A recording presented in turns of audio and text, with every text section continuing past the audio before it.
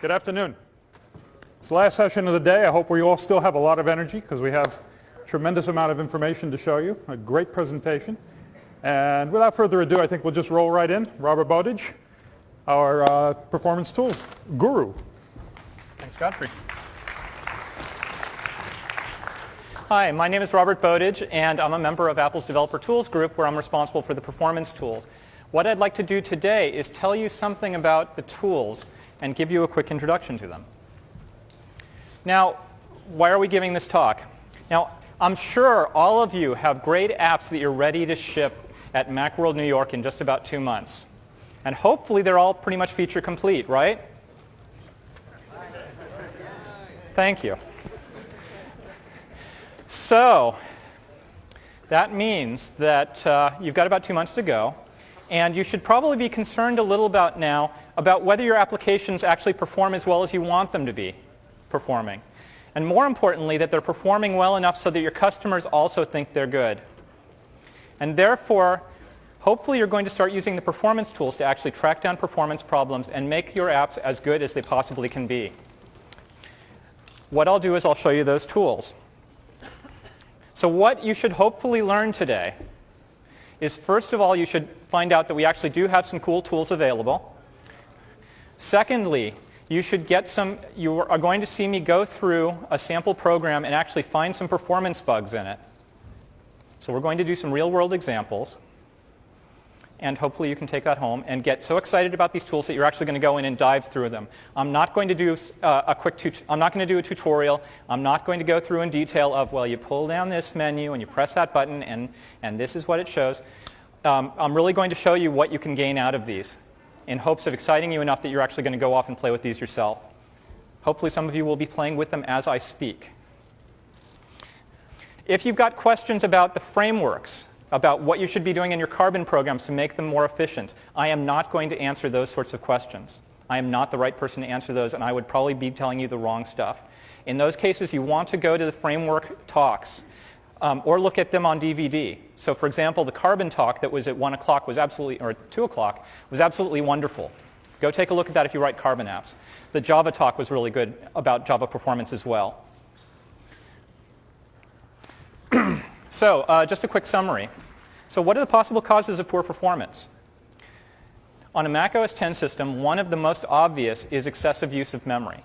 That is, that your application requires a working set of memory that is more than it really needs. Now, this can be because you have a lot of code, because of dead code, or stuff that isn't really necessary. It could be because you're allocating too much memory via malloc. It could be because you're mapping in shared files, that sort of thing. There's many ways that you can increase your memory footprint.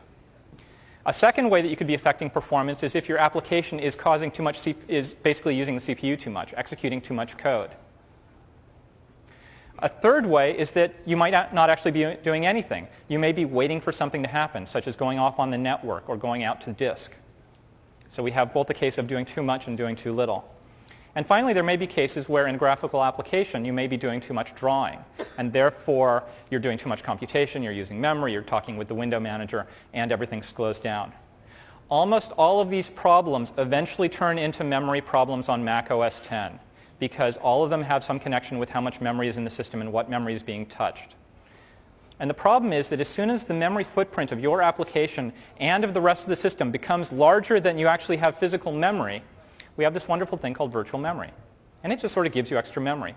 And to get around that, it basically takes some of the memory out of memory, and it writes it out to disk. And then it takes some other and takes it off of disk and puts it into memory. And the problem is, as soon as this happens, suddenly your application is going to be judged by the speed of the disk and not by the speed of the processor. So anything you can do to cut memory use, to keep your working set as small as possible, is a great thing. Okay, so here's a quick summary of the tools that are available with 3 categories that may or may not be the most meaningful, but they seem to work. The first one is execution behavior. We have tools that help you understand what code is executing. This includes tools such as Sampler and Sample that do CPU sampling, that find out what code is currently running by checking occasionally. The second set of tools we have are for understanding heap use, for understanding how much memory you explicitly ask for during the running of your program.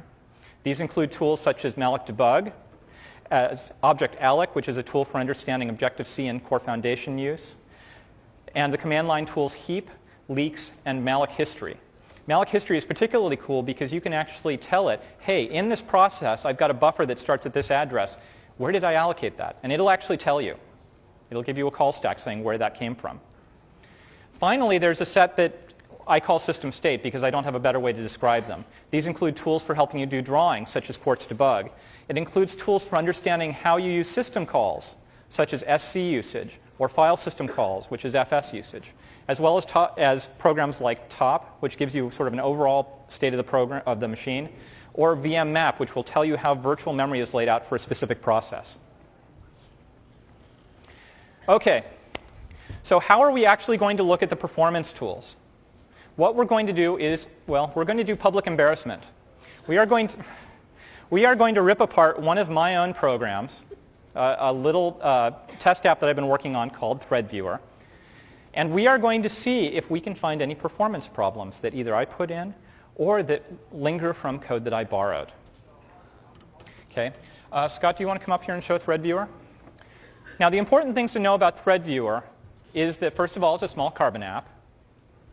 Or, excuse me, it's a small Cocoa application intended for helping us do performance analysis. Actually, we need to go to Demo 2. Oh, we are on Demo 2.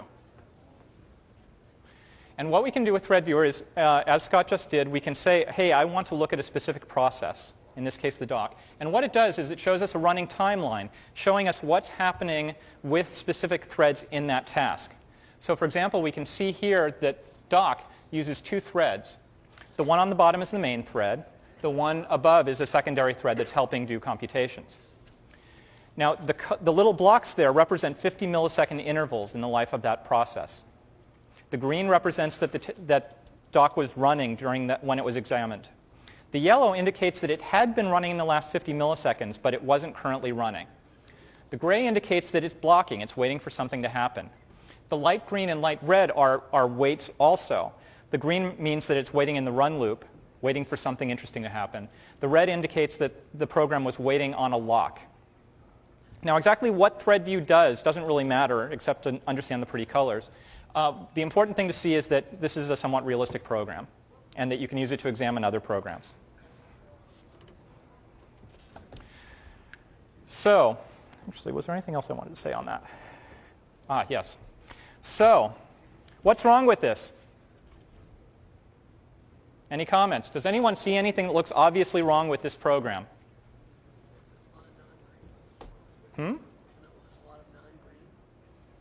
There's a lot of green? Oh, non-green. Actually, I was hoping on ThreadViewer, but that's an interesting thing that the doc is actually doing a fair amount, but that's mostly because Scott's playing with it. However, with ThreadViewer, hopefully there's nothing that you see here that makes ThreadViewer look bad. And that's the first lesson I want you to take home tonight, which is that usually if you just go and look at a program, you're not going to be able to tell that there's necessarily any performance problems. In order to understand performance, you need to do measurement. You need to do software metrics. You actually need to look at the program and measure things like how much memory it's using and measuring how much time it takes to do things. You need this for two reasons. The first one is so that you can actually look at it and say whether those numbers actually match your expectations. Did I really expect it to take 2 seconds to load that web page? The second thing is that when that system, or as the system changes, you want to be able to note regressions. And unless you wrote down how it behaved 2 weeks ago, you won't actually notice that you've been losing 5% performance every single time. Thus, you need to write stuff down. And in fact, for the projects that I work on, the ones that are relatively time critical, I actually have a checklist of things that I measure, and I write them down and just stick them in a folder. It's low tech, but it works. So we don't know how the system performs, and we'd like to find that out. What we can do is we can start by looking at overall system behavior. And we'll start by running a text utility called top. Now, what you see on top here is at the very top of the screen, you see information about the system. The information below represents individual lines referring to a single process. So some of the things that we want to look at is, or some of the things that I find very important or interesting that you should probably look at is, first of all, the page in and page out rates at the very top. So what the line that says page ins, page outs is showing us is it's telling us something about the virtual memory system. Specifically, that line alone is telling us how many pages the virtual memory system is writing out to disk and how many it's bringing in. The first number represents the number of pages that have been moved since the system was rebooted. The number in parentheses represents the number of pages that have been paged in or paged out in the last second. The important number is the one in parentheses for me. What I tend to say is that you should look at that, you should look at top every now and then when your system's running. If you ever see those numbers go above 0 for any length of time, if they stay at 20 or at 50, that usually means that you're paging a lot. It usually means that the amount of physical memory you have is not enough for all the things you're running, which may indicate that your app is taking up too much memory or that something else is. Now, if you're hitting 50 or 100, then basically your system's thrashing. It's spending all of its time throwing pages out to disk and bringing them back in. And at some point around 50 or 100, you're going to be hitting the limits of the disk, that it can't page any faster. And so if you ever see anything at that level, that means that your system's really hosed. Oh, that's a technical term. The other thing that's interesting is on the bottom part. You can see that in the list of processes, there's a column that says %CPU, which says which tasks are actually spending the time running. And we can see here that ThreadViewer is responsible for 3 or 4% of the CPU. Okay, so it's not taking up a lot of CPU time. We can also see a column far to the right that says RPRVT. That's the other one that I think is interesting that you should look at. RPRVT stands for Resident Private Memory. It's telling how much memory is physically in physical memory on the computer, and it's telling you how much is actually private to that application alone. And this number tends to be a good measure of how much memory your application needs in order to run. So go look at that number when you want to get a rough footprint. Now notice if you have a lot of things in memory, there could be a lot of memory paged out, sitting out on disk. And in that case, it would not be resident. So on a heavily loaded system, that number may not make as much sense. Now, one thing we should do is let's show another mode of top. Top has a huge number of modes. And in fact, this is probably as good a time as any to try to sell books. There's a book called Inside Mac OS X Performance. It's available, I believe, on the CD that you got in your bags. It's available on the web, and it's available from FatBrain, nicely bound like this. And it describes a lot of the performance tools. And it, along with the various manuals for top, will tell you what some of the flags are. What I'm going to do is I'm going to show you, or Scott's already going to show you, a option to top, the top-D option, extremely clear and extremely user-friendly, which gives us a few other pieces of information. We can see the number of page faults. The two I'm going to point at is CSW, which is the number of context switches, way to the right, and messages sent, messages received. That's how many mock messages are getting sent around in the system, how many have to be received. Now, there's a reason why I'm telling you this. If Scott actually plays around with ThreadViewer, well, I guess it is kind of, what we see is that the number of context switches, that is the number of times that something got paged out so that something else could run, is pretty high for both the window manager and for ThreadViewer. And the number of messages sent and received is relatively high. Does anyone know why that's happening? Yes, I heard it. What's happening is that ThreadViewer is drawing. And the drawing is not just done by the ThreadViewer. It's actually done by ThreadViewer and Window Manager together. And so at times when the ThreadViewer is doing drawing, it actually has to communicate with the Window Manager. So this is the second take-home lesson today, which is that sometimes the program that you're running can't be measured just by looking at that program in isolation. You actually have to look at daemons and servers that might also be doing computation. In the case of drawing, you want to take a look at the Window Manager and at your application. There have been times where I've seen an application that looked like it was performing great. It's only taking 30% of the CPU doing a lot of drawing. But the Window Manager was responsible for 60% of the drawing. And so to understand overall problems, you want to look at both. So Scott, I actually saw something kind of interesting in that last top display. Can you switch back to it?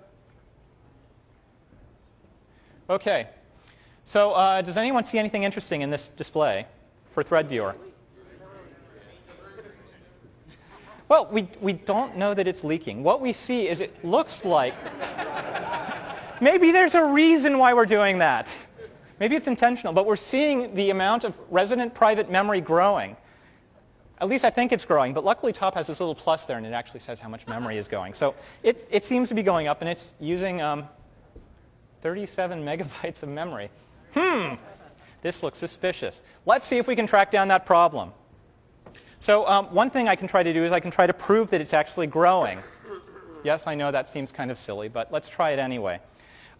So what I want to do is I want to see if I can actually prove that it's increasing. I want to identify a trend over time. Now one of the problems is I don't really have a tool for this. Okay, I'm not doing my job. However, I can show you how you can make a tool like this. What Scott can do is, because top is a command line tool, because it's a Unix non-Mac-like tool, that means that you can actually use the various features of Unix to basically roll your own. So what Scott has done here is he has typed in a little shell script. While one, call top with the -l option, which is basically a one-shot, give me the data, and grep, which is a search for the line that starts with thread, and print that out. Then sleep for a second and keep looping. And if Scott runs that, what we start getting is we get the top data only grabbing the line for thread viewer. Okay, so, and we can see here that the amount of resident private memory, which is the last column visible on where thread viewer is obscuring things, is actually growing. So, geez, I've got a memory leak. So, what you should take out of this is that command line tools, regardless of how Mac-unlike they may be, still have uses. You can use them to roll your own tools. You can run them via telnet from another machine if you want to inspect somebody else's machine. And you can run them even when the window manager is not responding, or when you've got full screen because you're debugging a game. So don't ignore the command line tools. They do have a place. Okay, so what are the possible causes for the memory leak? You're not throwing away your old data. Okay. One possibility is we're not throwing away old data. Any other suggestions? History? Actually, that's a good one. Well, I'm not quite sure, actually, so let's see if we can track it down. One thing I'm going to do is I'm going to try another command line tool. It's called heap. Actually, Scott can try running it, but the slide actually has the output. Heap is a tool that's intended to give you a dump of how much memory you're using via malloc. And most of it actually is just saying, oh, here are all the buffers you're allocating. The important part is the very top, though. Because one possibility, although a relatively unlikely one, is that we could have fragmentation of our heap. You know, we could allocate 1 million bytes and then free it, and then allocate 10 bytes that fills that space and keep going so that the amount of heap space keeps growing, even though we're not actually using a lot of memory. What we can do with heap is we can look and we can see that there's actually 2 heaps, what we call zones, one for core graphics and one for the default malloc zone, that represent about, say, 2.3 megabytes of memory. We can see that from the overall allocation part. We also see that the total number of nodes malloc, the amount of space we're actually using, is about 2 megabytes. Okay, so 2.3 minus 2 megabytes is about 300,000 bytes of unallocated memory. This indicates that heap fragmentation is not our problem. Okay, so this means it's memory we're actually allocating. So another thing that we could do is we have 2 megabytes of memory that's allocated. Our virtual memory size is, or our resident private size was 38 megabytes. Okay, that leaves 36 megabytes we don't know where it's coming from. So what we can do is we can run another tool. This one's called VMMap. And what it does is it gives us information on how our virtual memory system is laid out. Most of the time this isn't something you really care about, but every now and then it might actually be interesting. And if Scott runs it, oh yes, you've got to run that. Basically what it'll do is it'll say, okay, there's a page at address 0, it's 4,000 bytes and it's basically unreadable. There's a page at 4,096 and it has the executable and it runs for 14K or something. And there is the dump. Very friendly. However, it's got some interesting information, and if you ever wondered about how the application was laid out in memory, this is how you'd find it out. So that when you're looking in the debugger and you find yourself at address 1016, you can find out why you might be there. However, the slide actually shows you a little more detail about what's actually there. In this case, we see that there's a malloc buffer at address 139A000, and there's about 16,000 bytes, so that's space for the heap. A couple others. And then below this, the 512,000 bytes allocated for one of the stacks for one of the threads, we see address 14B6000, 4,000 bytes, 146D, 4,000 bytes, 146F000, 4,000 bytes. This may be the source of our leak. Can you point that out where the 4,000 bytes are? See where it says 4K on the slide here? Sorry, actually, this is a good reason why I shouldn't have done this. So over on the slide, you can see the 146B, 4,000 bytes read-write. So the interesting thing is we keep allocating these 4,000 byte buffers. This is kind of odd. And that would have been allocated via VM allocate. That was how you'd actually create a virtual memory page. And I went in, when I found this problem, and went into the debugger and said, what do I see there? And what I did, if you can you bring up Thread Viewer? Is I found that basically that page was 0. That virtual memory space was 0, except that there were a couple numbers that looked oddly like those thread IDs to the left-hand side, the 58035903, which made me think, oh, this may have something to do with like, a system buffer or something. And it turns out that what's actually happening here is that the mock APIs sometimes will return you basically a buffer. It'll return you a VM allocated page that you actually have to free. And the code, which is actually in one of the libraries that Thread Viewer depends on, does something like, hey, tell me all the threads that are associated with this task, and you get a buffer back that contains it all, and you need to make sure to free it, but that yellow line wasn't there. And by adding that line, we got rid of the memory leak. Now, this is not a case you will ever run into. None of you will ever, hopefully, use the mock calls to find out what threads exist.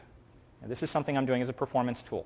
However, what you should take out of this is, first of all, I had to use multiple tools to track this down, and I had to compare their output to actually figure out what the problem is. This is one of the problems with performance, that usually the tools aren't just going to drop an answer out in your hand. Plan on inspecting things and thinking about them to actually find out what the causes are. Okay? Okay, let's do another example. Now, we saw that we were using about 2.3 megabytes of memory in the heap. That is in memory we allocated via malloc. And that seems a little suspicious too. So what are some of the reasons why we might actually allocate that memory? Well, one thing is that we could just have really big data structures. We could be allocating 2 megabytes of data structures because we want them. A second thing is that we could be caching things. Even though we don't need them, we're actually saving them just in case we need them again. And a third case is that we could actually be creating things and just forgetting to destroy them. And there's a huge amount of other things. But the problem is that with any of these, the more memory you allocate via malloc, basically the system will just keep giving you the memory. And eventually what happens is the system grows to the point where it won't fit in physical memory anymore. You start thrashing, or you start swapping stuff out to disk, and as a result your system slows down. So there's two tools I'm going to show you that will help you track down why memory is being allocated.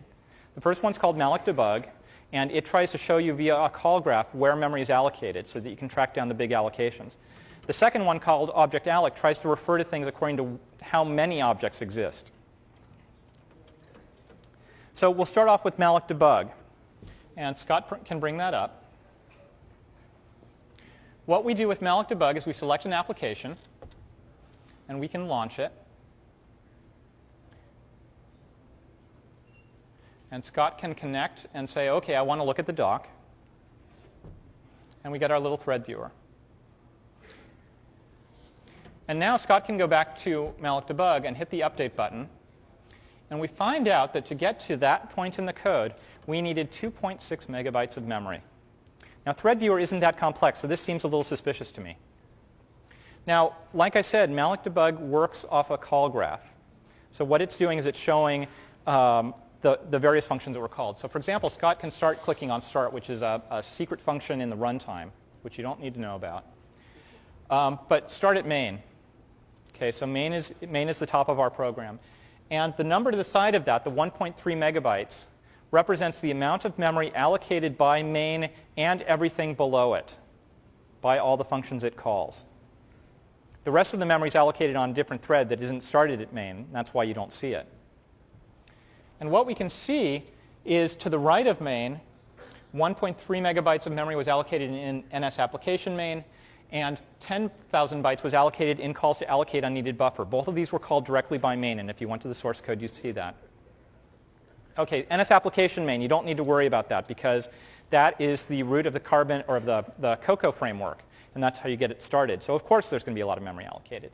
The call to allocate unneeded buffer, which calls malloc, allocates a single 10,000 byte buffer. Scott can look at the listing below where it shows the buffers, double click on it, and get a hex dump. And we can find out that that buffer, we can look at the buffer and maybe we can detect what the cause is. And it has a string that says this buffer isn't really needed. OK, so that's obviously a buffer we can get rid of, I think. But this shows you how you can walk through the call graph and you can actually find where there are allocations and you can say, hey, this looks suspicious and try to fix it. And if you understand how your program is structured top down, this makes a lot of sense. And you can walk through the tree looking for things that are interesting because this is basically sort of a scrub your nose on the screen until you see something interesting kind of problem. Now the other thing that we can do is there's times where we don't really care how we got there from main, but we're sort of curious about who was calling malloc directly to try to assign blame. So Scott can switch the mode of display from standard to inverted. And this means we're looking at the call tree from the bottom up. So for example, we can see here that there's 740,000 bytes allocated in calls to malloc. And 489,000 bytes of that was when NS zone malloc called malloc. That's the Objective-C version of malloc. And 290,000 of that was when we called NS read image, which called NS zone malloc, which called malloc. Now, Thread Viewer is a pretty simple program. It doesn't have any icons. It doesn't have any pictures. And so the idea that NS read image is responsible for 290,000 bytes seems a little suspicious. And so we can start walking up the call graph to see who called what to get to NS read image. Now, if we go up past all the AppKit stuff, and we can see, actually, Scott, can you point at where the library and the application name are? So we can see that we end up in a function called image for process, which is in the Thread Viewer library. That's what the thing in parentheses means. So this is my code. And this is what's being called to actually cause those NS read images to be called. Now, unfortunately, I know this code, and I know what that function is. That's the function that handles the attached dialog box for Thread Viewer, which Scott can bring up. And so even though that dialog box had been closed, those icons were still around. And the reason why was that basically Thread Viewer was trying to be clever. It decided it would be really smart if it could cache those icons, if it could keep them in memory after the dialog box closed, just on the off chance it was going to need them again. Now, and that's nice. I don't have to read them in off of disk. They're sitting in memory. The problem is, because of virtual memory, as soon as the application got a little too large, what would happen is we'd take those pages that hadn't really been touched in a while, and we'd write them out to disk. And so when we actually did bring up that attached dialog box again, well, to avoid reading the disk, we'd go to memory, which would require reading the disk. Once again, the idea of saving memory is pretty important because it's probably going to be cheaper just to get the stupid thing off disk. And so the idea of caching those icons was really stupid. What would have been much better was when the dialog box went away, if we just got rid of those icons, and then we recreated them on the fly the next time we opened that dialog box, because it was a relatively infrequent occurrence. One thing I haven't mentioned here that I should is that everything that you saw in malloc debug refers to currently allocated blocks. So if something was allocated and then freed, you won't see it in malloc debug. So that's something to keep in mind as you use it. Now, malloc debug has a number of other features that are useful. For example, one of the things it can do is it can help you identify leaks in your program, places where you're allocating memory and then you forget to deallocate it. Now, these are really important to track down because leaked memory, stuff that you're forgetting to free and never free, basically sit in memory. They occupy space. They keep you from having the stuff you're using close together. And if you have a long-running app that goes for days, like a server app, your memory just keeps growing and growing and growing until 30 days into the thing, suddenly the app crashes, and you have absolutely no idea why. So, and even if you have a small, short app, this is still going to affect performance. This is a particularly strong point for me because there's at least one game that I've been trying to play lately that after about 4 hours of playing, it has a memory leak, and eventually it sort of runs out of memory. And so please, if you write games, don't do this. So malloc debug can help us detect this. What we can do is we can switch from show me all things or show me the things that have recently changed, which is new, and we can switch to the definite leaks mode. Show me only the buffers that aren't referenced anywhere in memory. The way it does that is basically garbage collection. It goes scanning in memory, looking for pointers to the buffer. And any buffer that's been malloc that it can't find a pointer to it, it assumes is unreferenced. Because if we don't have a pointer to it, there's absolutely no way we can free it. And we see here we have about 10,000 bytes leaked. And Scott can click on the malloc and see that there's a case in image for process. Interesting. Where we're allocating a couple buffers and we've lost the pointers to them, so we can't free them. I actually looked at this code. What I'm doing here is when I go and read the icons, basically I have to make a list of, or I have to grab the command line to find the icons. You don't want to know. And I keep a buffer around for that list of arguments. And in most cases, at the very end of the routine, I actually free it. However, in a few cases, I would find that there was an extraordinary situation that I knew I wasn't going to find an icon. And so I would basically just exit that routine. But I forgot to release the buffer. No one else does this, right? So yeah, this really is just one of those things that I wanted because it helps me. So this is another case where malloc debug helped us. And in fact, it's showing us another lesson of software engineering, which is if you keep finding bugs in the same code, maybe this means you need to rewrite this routine. Now, there's a couple little things to remember. One is that you may say, oh, you're only leaking 10,000 bytes. Who really cares? What's 10,000 bytes? However, the way that malloc debug's leak detection algorithm works, as you remember, was if you can't find a pointer to this buffer anywhere, then it must be leaked. This, first of all, means it doesn't do well with circularly linked lists because everything will have a pointer to it, and so it'll never be linked. Or, I mean, it'll never be leaked. Also, that means that if you have a tree data structure, the root doesn't have any pointers to it, but everything else is pointed to, and so it's never leaked. So every leak that you see in malloc debug may be important, and so you should go track it down. Finally, one more thing about malloc debug. This doesn't necessarily impact performance, but it does impact correctness. Malloc debug can also help you track down pointer problems. And what happens is that there's a number of bugs that are really subtle and intermittent. Examples include cases where you free a buffer, but you continue to read and write from it, even though somebody else now has the buffer. These are miserable. Suddenly data is changing and you have no idea why. The second kind of bug that is really nasty is when you have buffer overruns, where you have, let's say, a string that's 40 bytes long, but you write 45 bytes into it. And so suddenly you trash the next thing after it. Malloc debug can help you track down both of these. Excuse me, malloc debug can help you find both of these. And the reason why I say help is because what malloc debug does is it tries to encourage your program to crash if it does stupid things. What it does, and here Scott's brought up the memory dump. Let's see, do we have any? We don't have any 555. So one of the things that it does is when you free memory, malloc debug carefully goes and it erases the contents of that buffer, and it replaces it with 55 hex. So we would have seen a lot of cases, actually there we are, of 55555555. So if you try to read data from this buffer that you've freed, you'll get garbage. And hopefully you'll crash or you'll behave badly. If you try to treat those as pointers, it's even better because 55, 55, 55, 55 is almost always unallocated memory. And as soon as you touch it, basically your app crashes. So if your application ever crashes in malloc debug, it's trying to tell you something. Hook up with a debugger. There's instructions in malloc debug to tell you how to track down these kind of bugs and find the pointer problem because it'll save you a lot of grief later. The other thing that malloc debug does is it puts guard words on each end of a buffer. At the beginning of the buffer, it puts the string dead beef, the first part that's highlighted. So D-E-A-D, B-E-E-F. Then you have the buffer, and then at the end you have the thing beef dead. I did not make this up. It just came this way. And And what will happen is that if you overrun the buffer, malloc debug checks occasionally on freeze to see whether anything happens. And if it ever finds that those bytes have been changed, what it will do is it will actually print out a warning. Unfortunately, the warning goes out to the console, so please keep the console open while you're running malloc debug. Yes, this is lame. We're working on it. We'll try to do something about it. OK, thanks for that, Scott.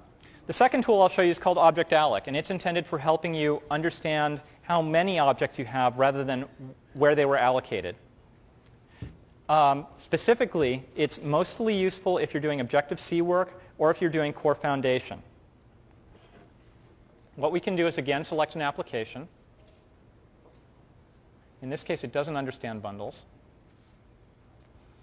And we can start the program running. And what happens is it gives us this little histogram. It shows us a bunch of numbers grouped by the type of object, and these little histograms for showing how many objects we've created. The first number and the darkest bar represent the current number of objects that exist. The second bar represents the peak number of objects of that type that were created during the run. Okay, so the peak number that ever existed at one time. The final bar, the lightest color, represents the total number of objects of that type. Now, this way of organizing things is really nice for certain types of tasks. For example, well, actually, let me mention one other thing. One thing that it's good for is identifying trends. So we can see motion here, or we can watch the numbers growing. And so it's very nice for seeing that memory use is expanding, for example. A second thing is it can help us when we're trying to prove various statements about our program.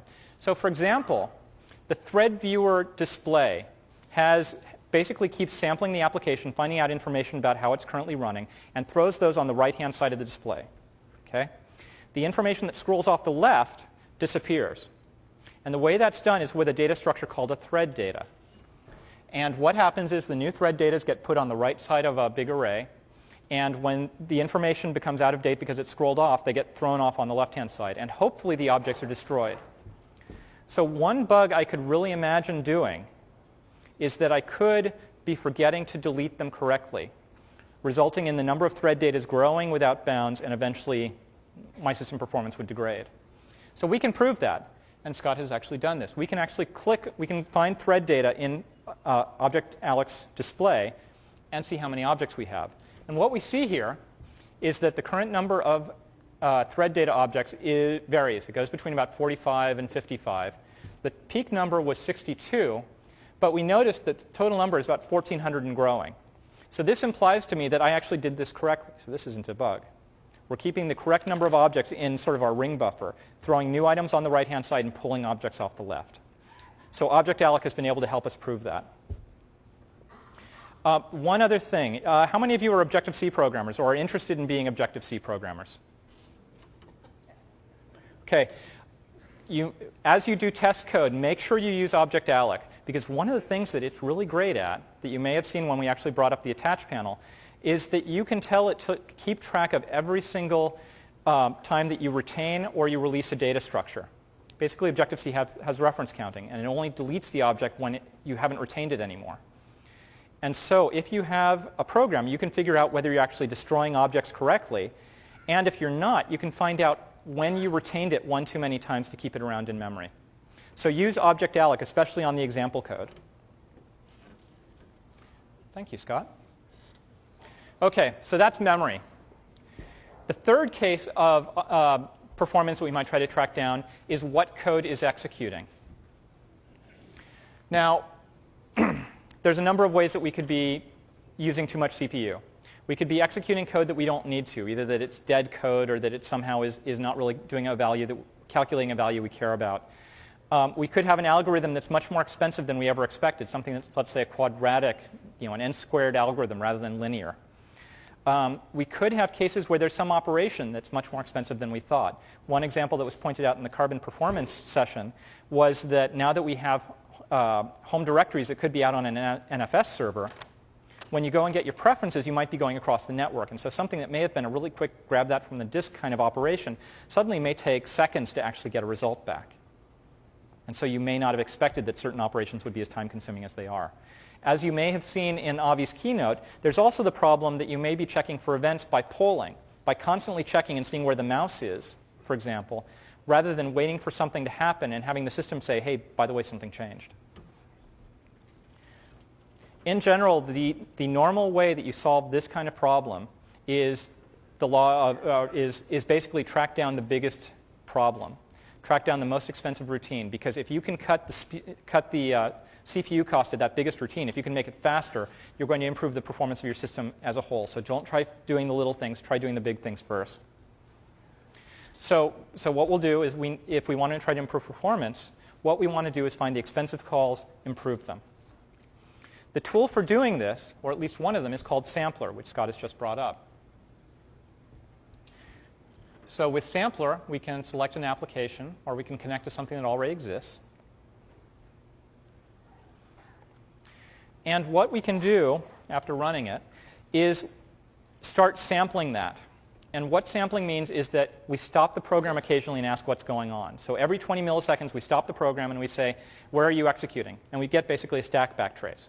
Then we let the program continue, stop it again, get another backtrace, and keep going. And the advantage of this is that for relatively little impact on the running system, we can actually find out what code is most likely to be running. This is statistical. We don't know all the things that ran in between, but we've got some good idea of what we were actually seeing. So what Scott, I believe, has done is he's actually done some sampling while ThreadViewer is drawing.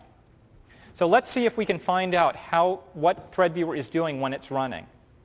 Personally, I'm very concerned about how much time it's taking to actually grab its samples to find out what's running in ThreadViewer. And I want to find out how much time ThreadViewer is spending drawing. Now, I know a little about this program. I know that thread 3 happens to be where the data gathering goes on in ThreadViewer. And we see that thread 3 was found executing 486 times. That's the number of samples that were taken.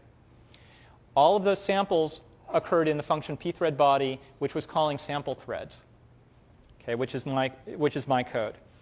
And every time that we stopped sample thread, we found one of two things. 470 of the times we found ourselves in U-sleep, which is a way of basically stopping for a few microseconds to wait for something to happen, or actually wait for a fixed time. In 16 of the times we stopped it out of 476, though, we found ourselves in this function called ThreadViewerController log, which happens to be the code that actually does the logging that gets the information for ThreadViewer.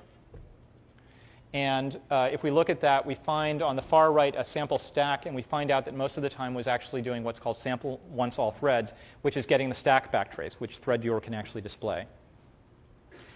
So what's happening here is that we found that basically about 4% of the time that we actually looked at thread 3, it was actually doing something. It was actually gathering data, and the rest of the time it was doing nothing. This seems pretty good. This means that the data gathering is relatively cheap, and that's really good for a performance tool. So Scott can actually just sort of ignore all that because it doesn't look like there's a performance problem. We'll prune that out of the tree so we don't have to look at it. And now we can look at thread 0, which is the main thread where the drawing goes on. And there were about 720 times that there was sampling, or that we sampled the main thread. And most of the time it was in main, which is not surprising. And then it goes down into this DPS next event. And the block until next event is basically sitting in the run loop. It's not really doing very much. So we can see here that 570 out of the 720 times we were sitting in CF run loop. Okay, so this is kind of interesting. So 572 samples. 552 of the times that we found ourselves in CF run loop run, we were actually in a function called mock message. Geez, why are we spending so much time in mock message? I'll give you a hint. That actually happens to be a kernel routine. So obviously there's something wrong with the kernel because we're just sitting there in mock message all the time. Actually, does anybody know what's going on there? These are the kernel transition time? It's waiting. You're waiting for a mock message. Thank you very much. We are waiting for a mock message. Okay, so mock message is basically saying, sending off a message, probably sending it off to like the Windows server or to whoever's giving us events, saying, hey, let me know when something that I actually care about happens, like the mouse moves or we need to do a redraw. And so most of the time we're going to find ourselves in mock message overwrite trap. Please do not open a bug against the kernel saying, hey, you guys, I keep finding my code running in here. Okay, that's why you see mock message overwrite trap. The rest of the time, however, we find ourselves in CF run loop, and if we look up the sample stack and look for where the numbering changes, where the tree diverges, so to speak, we find ourselves eventually in thread view draw rect. And we find that only in 17 out of those 700 samples, okay, once again, maybe 3 or 4% of the time, we found ourselves in thread view draw rect, which is actually the thing for doing the drawing. And 10 of the times that we sampled it and found it in draw rect, we found it doing some NS string drawing. And the rest of the time we found it drawing rectangles. So this implies that the drawing code is pretty efficient too, that we weren't spending very much time doing it. And this suggests that if I wanted to up the redraw speed so that thread viewer wasn't just sort of flashing the screen every second, redrawing the display, I could probably make that animation much better. So that's a good thing to know.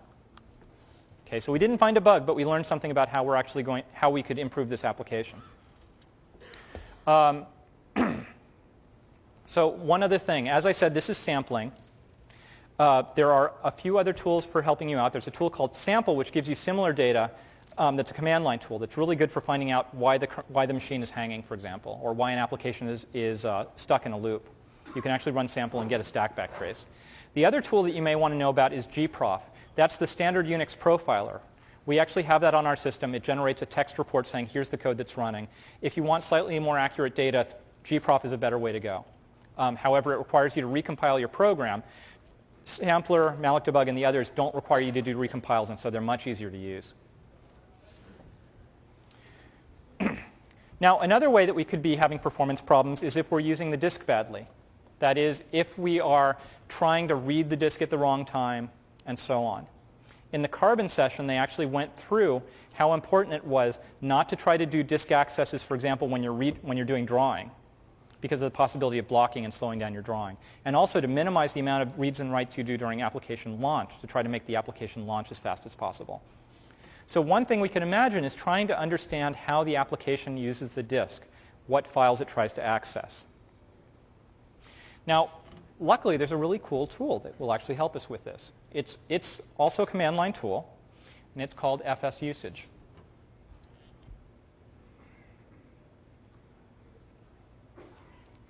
And what FS usage does is it basically dumps out a text report for a given process, and it actually tells us every single file system call that we do, every open and close and read and write and get dir entries and the like.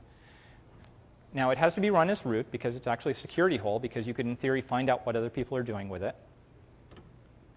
Remember, this is the fun of multi-user operating systems.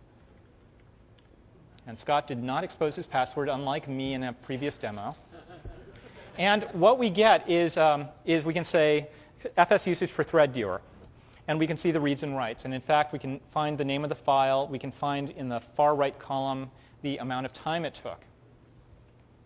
Now, this is a relatively boring example, but you can imagine if you ran this, for example, on simple text. And actually, that's a take-home bit of homework for you all. Go home, try running FS usage on simple text when it starts up, and watch what file system accesses it does to go and get the list of fonts and get the resources and the like, and you'll be surprised. So what we can see here, though, if we get back to my problem, is we find that thread viewer is every second doing an open, fstat, a write, and a close. And all of these are taking less than a millisecond. They're taking like 2/10,000ths of a second to do, according to the numbers on the far right. But this seems a little wrong to me. And we can see the file that we're doing is /temp/threadviewerlog. And we could actually go and look at that file if we needed to try to understand what was going on. Actually, don't worry about that. So FS usage has shown us that threadviewer is doing something really brain dead. So the question is, where is that brain deadness in my code? And FS usage doesn't tell us that. Luckily, Sampler has a mode that will actually help us on this problem. Rather than just doing CPU sampling, Sampler will let us do several other things. It has a mode that helps us track down mallocs, which is very similar to malloc debug. It also has a mode called watch for file actions, which will, instead of stopping the program and getting a stack backtrace every time that, every 50 milliseconds, it will do that every time you call one of the system file routines. Or it will crash. Let's try that again. Ooh, did we kill the dock? Oh, good, no. So one of the problems with Thread Viewer is because it's a performance tool, and because we're running, it has this tendency to stop applications when it's looking at them, so that it can snarf their memory and the like. And one of the problems with demoing it, which I'm not sure why I was silly enough to do that, is that if Thread Viewer manages to crash when it has stopped the program, there's this nasty habit that suddenly the dock is hung, which makes for really good demos because suddenly you're trying desperately to get the system back. Luckily, this didn't happen. OK, so Scott's got this up and can basically run the program in sampler for a while, and then can hit update and can get a list of all the places where allocations occurred. Here we get the normal call tree starting at the root, starting at main. It's a little more interesting to go with the invert call tree option here. And here we can see that there were 380 places where we did read, 372 where we did lseek, 128 opens and the like. And so I think we were doing opens and writes. So let's click on open. And we see that of those 128 opens, we see a number in CF read byte and the like. The one that's probably interesting is the fopen call there. Is that it? Yes, which happens to be in the thread view controller get sample array. And what's happening here is that in my code for gathering the information on the thread, for some really silly reason, I put in basically a little loop that said, so I think I've got that, something like this. Open this file, write out the samples to the disk, close the file. Okay? And because I'm doing this every second, that's relatively inefficient. It didn't affect Thread Viewer, but you can imagine if you had this in your code, you might want to know about the fact that you were opening and closing the same file a lot of times. It might be more efficient if I'd done something like just open the file once and then just kept writing to it every time I needed data. Or I could just yank this code out, because it's actually pointless in this program. Okay, so you've seen two ways that you can use sampler, both to stop the program occasionally to find out what code's executing, and you've seen a couple of the another of the cool features of sampler, which is to look at file system accesses. The final type of problem I'm going to tell you about is drawing. Because all of our applications are graphics-based, all the good ones that we do, no, most of the good ones we do, it's very important. Drawing is very important because it's how we communicate with the user. All the value of the Macintosh is basically presenting things to users in graphical ways so that they can understand things, so that they can do the creative work and let the computer do all the boring stuff. And so drawing is a key issue, and you want the drawing to be as efficient as possible so your application runs well. The problem is that if you do too much drawing, you're going to use CPU time, you're going to use memory because you've got buffers, you're going to be using mock messages, as we saw, to communicate with the window manager, which means we'll be blocking. And so too much drawing will cause a lot of blocking. It will be too much work. And so we want to minimize that. So what we can do is there's a really cool tool done by the core graphics team. It's called Quartz Debug. And Scott will first bring up Thread Viewer again, our sacrificial victim. And Quartz Debug has a number of features. The two I'll show you. First of all, it has this option called Flash Screen Update. And what Flash Screen Update is, any time that it has to redraw any part of the screen, Quartz Debug tells the Windows server to actually color that in yellow. And so that makes the amount of drawing explicit. So you can actually see what goes on in the dock. We actually do a lot of work there. So that's really cool.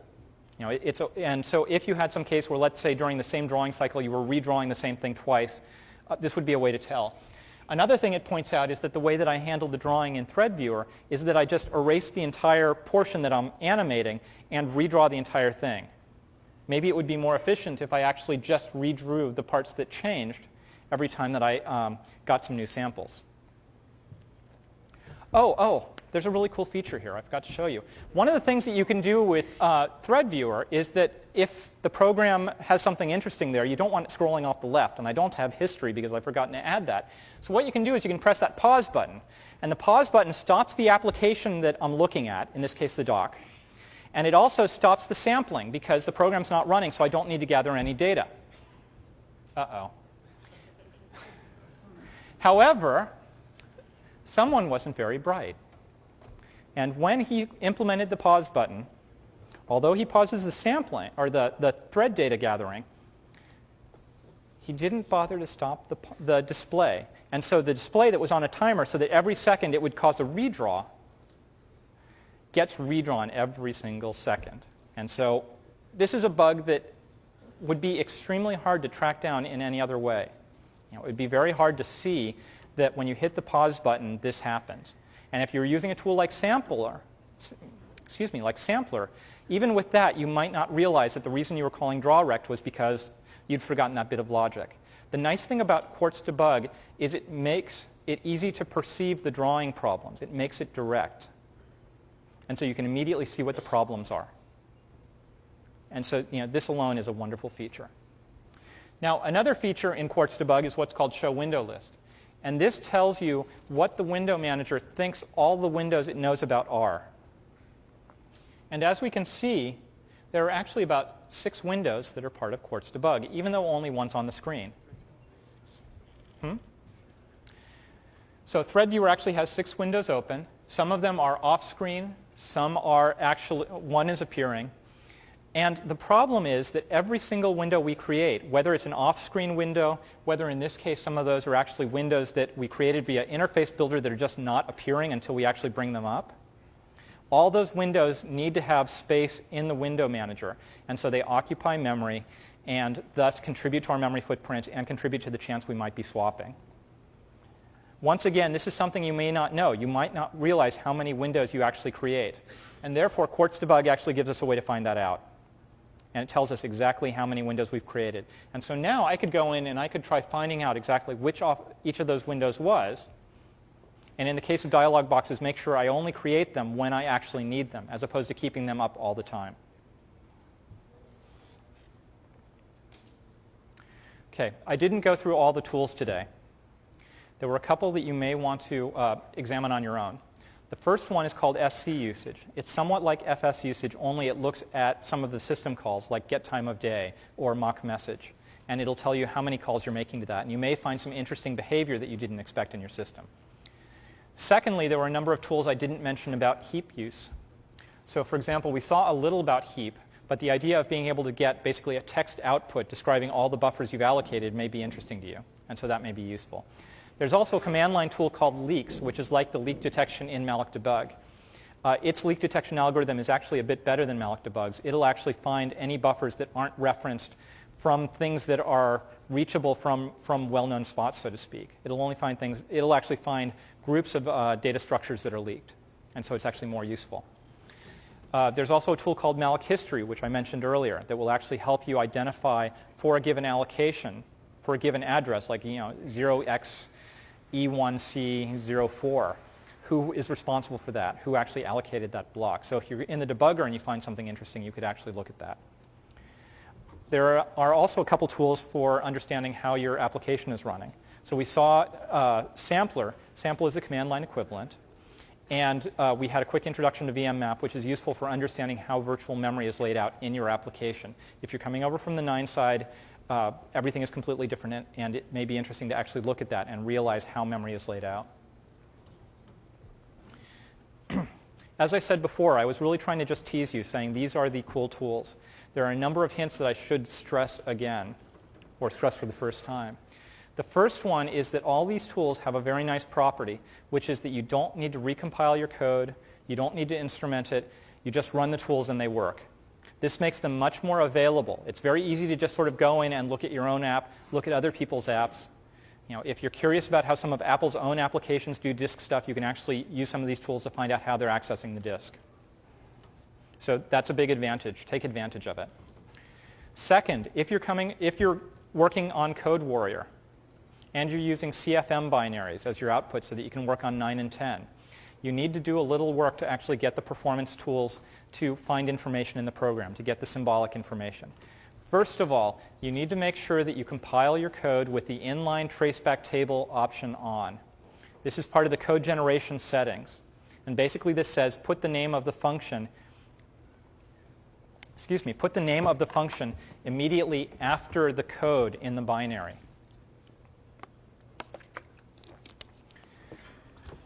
Second, Code Warrior gives you the chance to actually use its version of malloc instead of using the system's version of malloc. if you use the Code Warrior version, basically it asks malloc for a huge buffer and then it subdivides it and hands it out.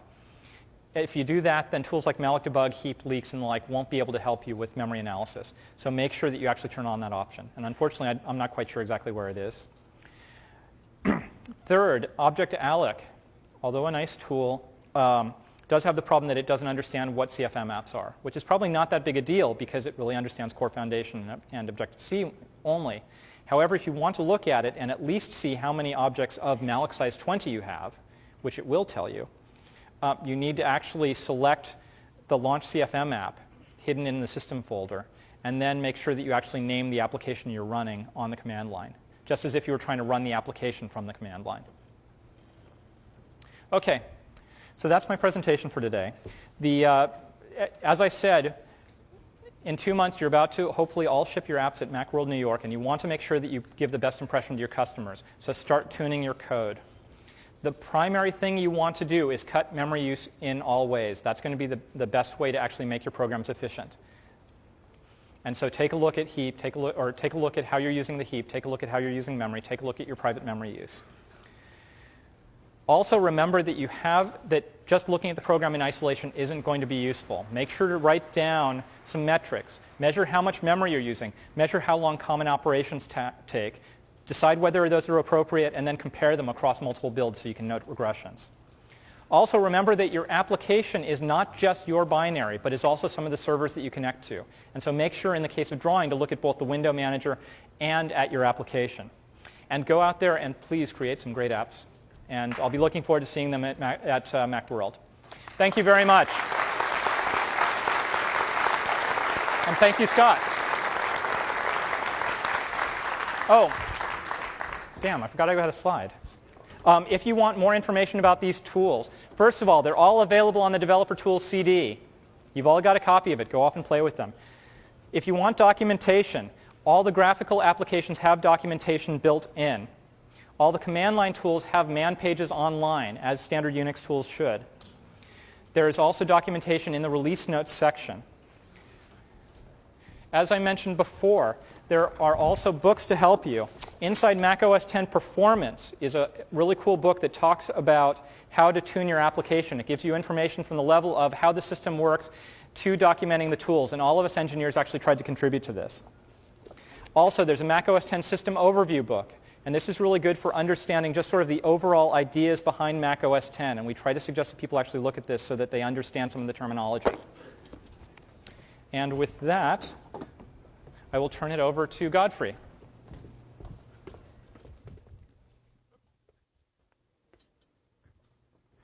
Thank you very much, Robert and Scott. So, last session of the day, information resources we've put up in all of our other tool sessions, and the information remains pretty much the same. So a roadmap. We wanted to point you to sessions 121 and 122, even though they've already occurred, so that when you go to the DVDs that you'll receive after the show, you'll see some other areas where we talk about performance tuning. Tomorrow, our last sessions for the tools track happen in Hall 2 at 9 a.m. That's the debugging of Mac OS X, and the feedback forum for Apple Developer Tools at 3:30 p.m. in J1. Please attend. We're very interested to hear your feedback at the end of the day. If you have questions on tools, you can contact me. I am the Technology Manager for Development Tools. That's my information up above. And the Developer Tools feedback at Mac OS X Tools feedback group.apple.com.